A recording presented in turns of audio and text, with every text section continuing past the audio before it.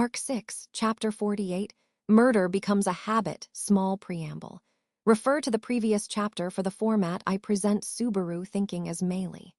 In addition, you will see that something happens in the chapter that makes it more natural/easier to represent Meili's interjections this time around. All rights belong to Tappei Nagatsuki, the original author of Ray. Zero starting a life in a different world from Zero. This is a translation of the free Japanese web novel into English-Japanese web novel, source Subaru. Subaru was silent whilst he looked down at the black cover of the Book of the Dead which he held in between his arms. Beatrice nestles closer to him, and feeling her worried and strange gaze, Subaru doesn't dare to move. Until now, what had dominated Natsuki Subaru's mind were questions he'd ask himself without any particular answer, as if engaging in Zen dialogue. The truth is, what had occupied Subaru's mind were just shallow thoughts that could be discarded as just wasteful thinking. They were the laughable, vague questions of a child. Everyone, no matter who, always has an inner face which others would never see. This was an obvious truth which everyone learned as they come of age. The expression of hatred behind a smile, the sorrow and tears behind their anger.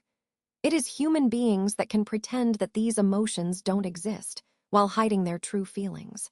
It is impossible to fully understand the true wishes, the true desires, the true intentions of those human beings. Brothers, sisters, parents, children, spouses, family members, you can never fully come to understand any of them. Friends, childhood friends, best friends, lovers, no matter how close your relationship becomes, by no means is it ever possible to uncover what is hidden deep inside them. What they love, what they desire, what they prefer, who they let their guard down around, who they feel comfortable with.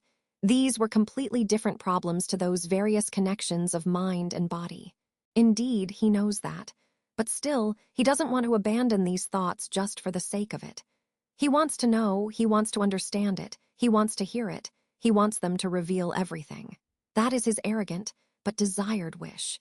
Even more so when it involves both his own and the others' lives hanging by a thread. Even if there is absolutely no way to do it, nor would one come to be. No, there was supposed to be absolutely no way to do it. He laughed at the thought of it. Sure, there was supposed to be absolutely no way to do such a thing. But in this Taigeta library, Subaru ended up finding out how. Meili Portout. By reading her Book of the Dead, Subaru vicariously experienced Meili's life, understood what she thought and felt, and who she hated at the time of her demise. Of course, this extremely short experience did not define Meili entirely. The time she had spent alive was too long to even accept all her individual events into his brain.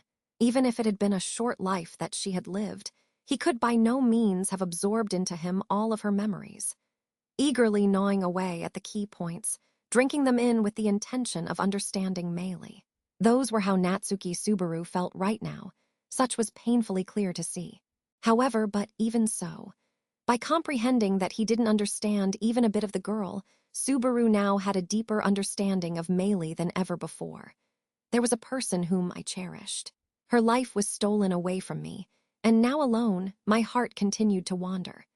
Being with Subaru and the others, who were the ones responsible for that, I struggled to understand what exactly my purpose was. I went to the library to find her Book of the Dead, and I felt ashamed and in despair when I was discovered. Meili, whom Subaru knew absolutely nothing about.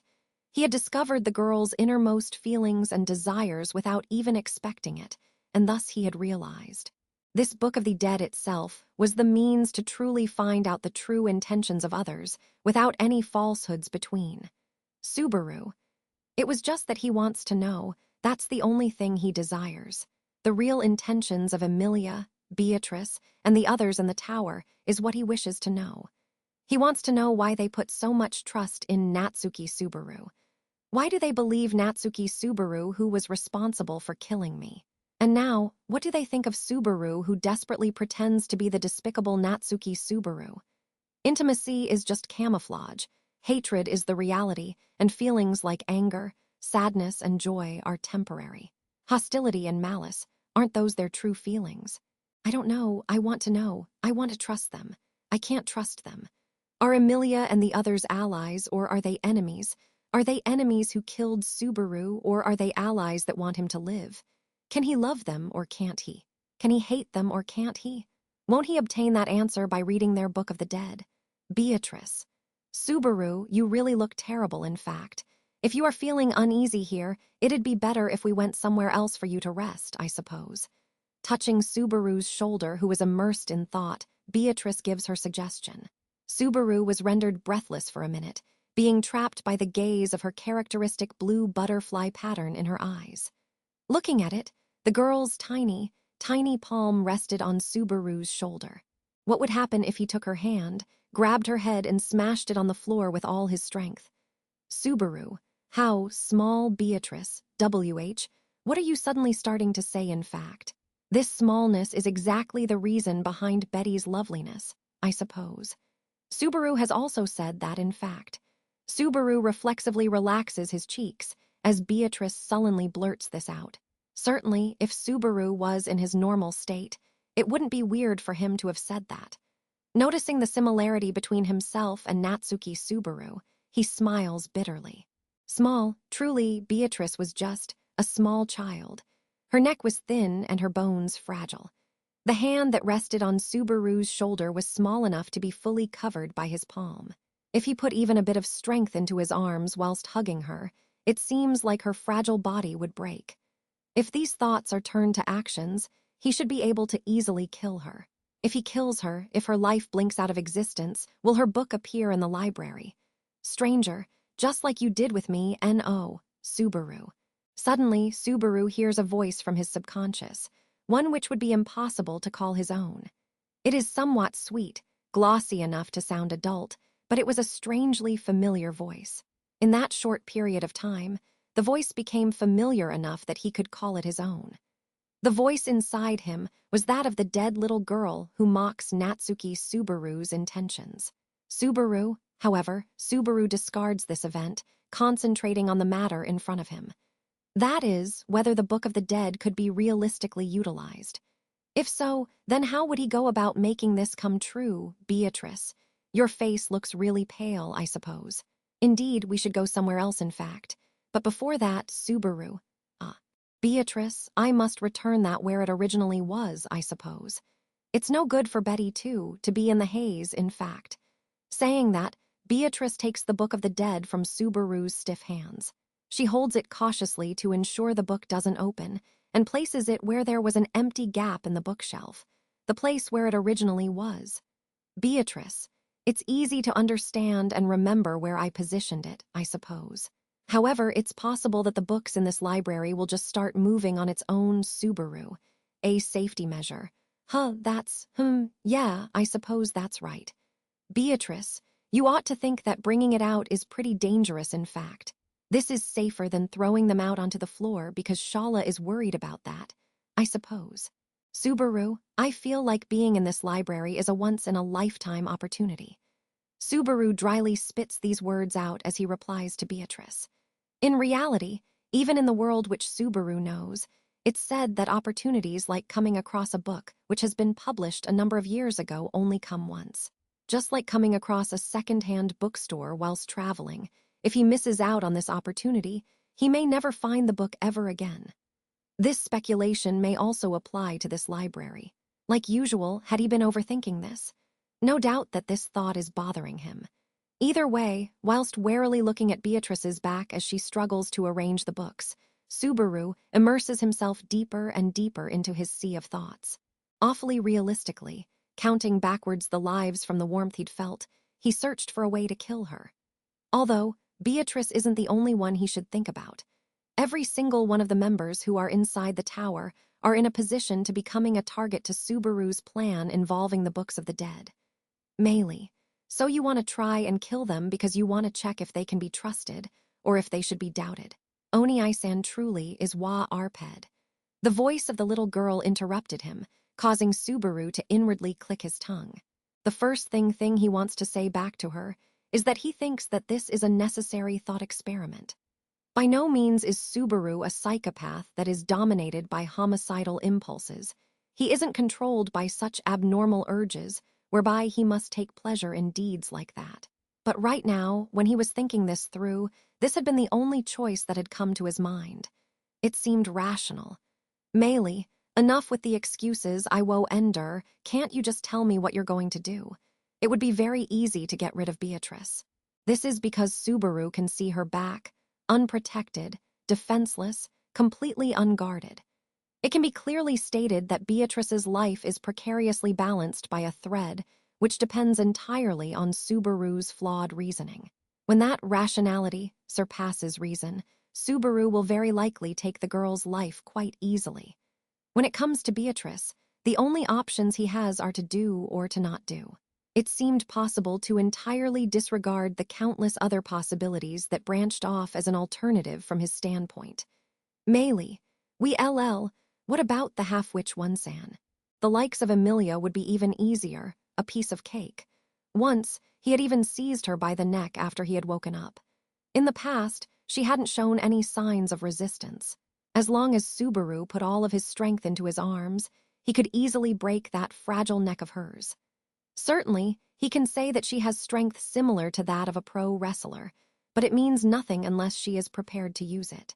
If in an instant, he strangles her neck with all his strength, Meili, it's your speciality, Ram, despite her sharp tongue, is in essence also merely a weak girl.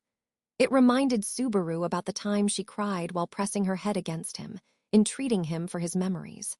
With her thin arms desperately embracing him, weak, she was just a girl after all. Echidna is also the same way. Come to think of it, they're all weak girls.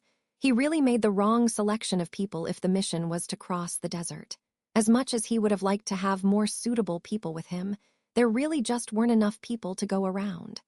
Therefore, even though Subaru could take advantage of that chance, the last obstacle in his way is a different story. Subaru, Julius, the only man who is the same as Subaru, until even now this character which carries a sword in hand, is an obstacle that stood in his way. It'd be impossible for him to say that it would be a good idea to strike at him head-on. You could also say it's a suicidal act to strike at Emilia head-on, but that's a whole other story. In any case, if he was to implement the Book of the Dead plan, he will be the biggest wall in his way. In other words, Julius is the one he should beat first. Meili, with the amount of time it takes to search for the books, however much time you have, it's not going to be enough, alright. According to the words of the girl, Subaru's purpose isn't simply kill and be done with it. Rather, killing is a necessity, a passing point that must be cleared, as his desires lay in front, on the side of the books of the dead obtained in exchange for death. For that purpose, it is necessary to be certain. He had killed, he had failed, so he could not let it end like this. Beyond this, he has a goal. Beatrice, Subaru, that's enough books for the moment, in fact. Let's get far away from here, like the spirit's room or somewhere like that, I suppose. You should calm down there, in fact.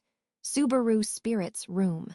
Beatrice, coming back, taking Subaru's hand helps him to stand up. Subaru is reminded of the room with the spirit, and his restart point came to mind. That place is the green room, and at that place, Subaru, Patrash, Beatrice.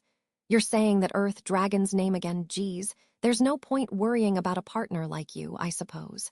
I was the worried one, I can't believe this, in fact. Subaru, so sorry. I didn't mean it like that. For a moment, the figure of the Black Earth Dragon brushed his mind, and his lips softened. As Beatrice watched, Subaru hurriedly came back to his senses. However, even in this scene, Patrash remains the only one who Subaru can put his trust in.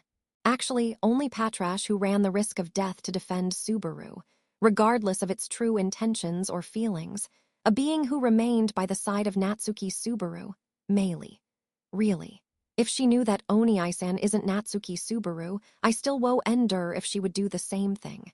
Subaru, Meili, after all, on Oni-san's side, there isn't anyone, is there? Resonating in his mind is a smiling voice mocking Subaru. Haunting him, an existence that differs from Natsuki Subaru tries to break his optimism. It was a silly point, and he would have been better off laughing it away. However, at this moment, Subaru couldn't afford that. His heart came to half agree with the girl's words. If they were to discover that even the kindness that made Patrash throw her everything at him, that which was directed at Natsuki Subaru, and that the current Subaru was a fake. He reckoned she would come to disregard him. Beatrice, hey, Subaru, give me your hand, I suppose. Subaru, sure. His brain being toyed around by the girl's voice, Subaru grits his teeth with emotions that were hard to accept. Consequently, his vision started to shift out of focus. Holding out her hand, in an attempt to hold his, suddenly she made a face indicating that she had noticed something. Her gaze staring at Subaru's wrist, she noticed it. Beatrice, there are scratches, in fact, and so many. Rolling up the sleeve of Subaru's right arm, Beatrice furrowed her eyebrows at the scratches, pathetic and painful to look at. Even if it seemed she did not notice the scratches deeply bored further up in his arm, just the forearm is enough. Subaru, at the moment, Beatrice does not know how Meili had died. She therefore shouldn't be able to immediately connect these scratches with Meili's death. But even discounting this, she should be wondering where on earth he got these scratches. If Meili's corpse is found, she will inevitably be suspicious. Subaru. His unprepared heart began beating like an alarm bell going off. Before his eyes, laying her eyes upon his hand, Beatrice did not notice that expression of his. With instant action, it would be possible to take care of Beatrice. Meili, what are you gonna do? Shouldn't you get started already? As if playing with his self-confidence, the voice urges Subaru to a decision. His temple throbbed from the blood circulating through it, along with his pounding heart. As things were, depending on what Beatrice continued with, he'd have to. Beatrice, it seems you scratched your arm again. A bad habit, I suppose. Subaru. Beatrice, this isn't good, in fact. If Amelia had noticed it, you would have made her really worried, I suppose. Even Betty can't overlook this when it's this bad, in fact. Tracing Subaru's scars with her fingers, Beatrice painfully cast her eyes down. Following those remarks, Subaru was unable to move from the unexpected impact of her words. It was almost as if Beatrice was familiar with the scratches that covered Subaru's arm. Even so, supposing the others noticed the scratches on Subaru, it is still completely different from the horrible situation, for entirely different reasons. There's no mistaking that this time the arm is scratched in self-mutilation. She had even said that she had concealed this from Amelia, which in itself was shocking. Beatrice, if you go to the room with the spirit, these wounds will be healed as well, I suppose. But still, because Betty cannot bear looking at it, Betty will heal it even if a little bit. As she says so, Beatrice wraps Subaru's wrist with a pale light. The cozy sensation that came about, warm as it was perhaps the twinge of his wounds healing up. Healing magic is what is being shown before his eyes. Subaru, at the same moment, any hostility that Subaru had for Beatrice inside was rapidly swept away. Along with this warmth, the humanity of Natsuki Subaru, which had ruptured along with the wounds on his wrist, certainly seemed to be restored as well. Meili, booing. The little girl grumbled in Subaru's head, as if her hopes had been betrayed.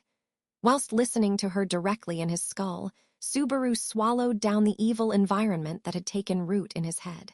Certainly, it had been an option, but it had been nothing more than an option. There is no need for him to lead himself in the direction that longs for their Book of the Dead, especially in a situation where he hadn't any preparation. Subaru, inflicting harm on Beatrice right now is not a good idea. His preparations are not ready yet. Even if he takes the worst possible means, it must be done after thorough plans are made. As such now, this place, Beatrice, come now, let's go, I suppose. Subaru. Betty will eventually talk about it to everyone afterwards, in fact. Subaru, all right. Sorry to bother you, Beatrice. Beatrice, promise not to speak about this, I suppose. Although he did not know whether the concern of the girl before his eyes is genuine or not, Natsuki Subaru thought that he ought to listen to her. Firstly, though this is unrelated, there exists a phrase. Murder becomes a habit. That is one of the phrases the famous detective, Hercule Poirot, left the world with. Murder becomes a habit. The meaning of this phrase doesn't refer to a person who has killed a human being and then suddenly wakes up with a preference for murdering people, who then repeats the crime to satisfy their cravings. Murder becomes a habit. It refers to someone who solved their problem once by murder. For them, whenever another problem arises, They will think about trying to break through the problem through murder again. Murder becomes a habit. By the time they start to consider that murder is not one of those options, the utmost important thing would have had already changed. Murder becomes a habit. The truth is, even if there was a single murderer who didn't commit a crime by his own will, even if he dislikes the act, even if you see a glimpse of the memory of the one who had been harmed by such an action, that habit does not go.